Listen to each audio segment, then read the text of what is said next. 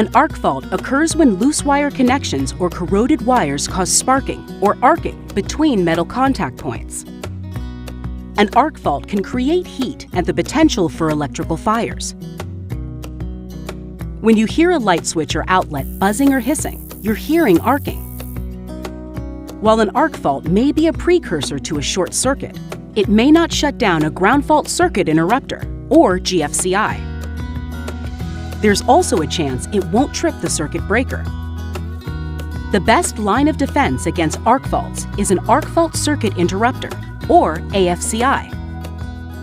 The term arc fault protection refers to any device designed to guard against faulty connections causing arcing or sparking, and they commonly come in the form of outlets and circuit breakers. When its detection device senses the electrical arc, it breaks the circuit to prevent an electrical fire.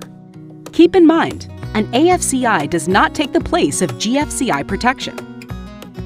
While ground fault circuit interrupters protect against shock, they are not intended to protect against fire. That's why, in new or remodeled wiring, many locations will require both GFCI and AFCI protection.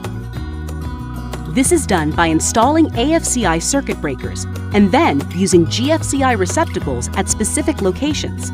Alternatively, AFCI-GFCI circuit breakers can offer both types of protection to the entire circuit. Arc fault protection devices keep people safe, and they're essential for fire safety. And the National Electrical Code, revised every 3 years, has gradually increased its requirements for arc fault protection on circuits.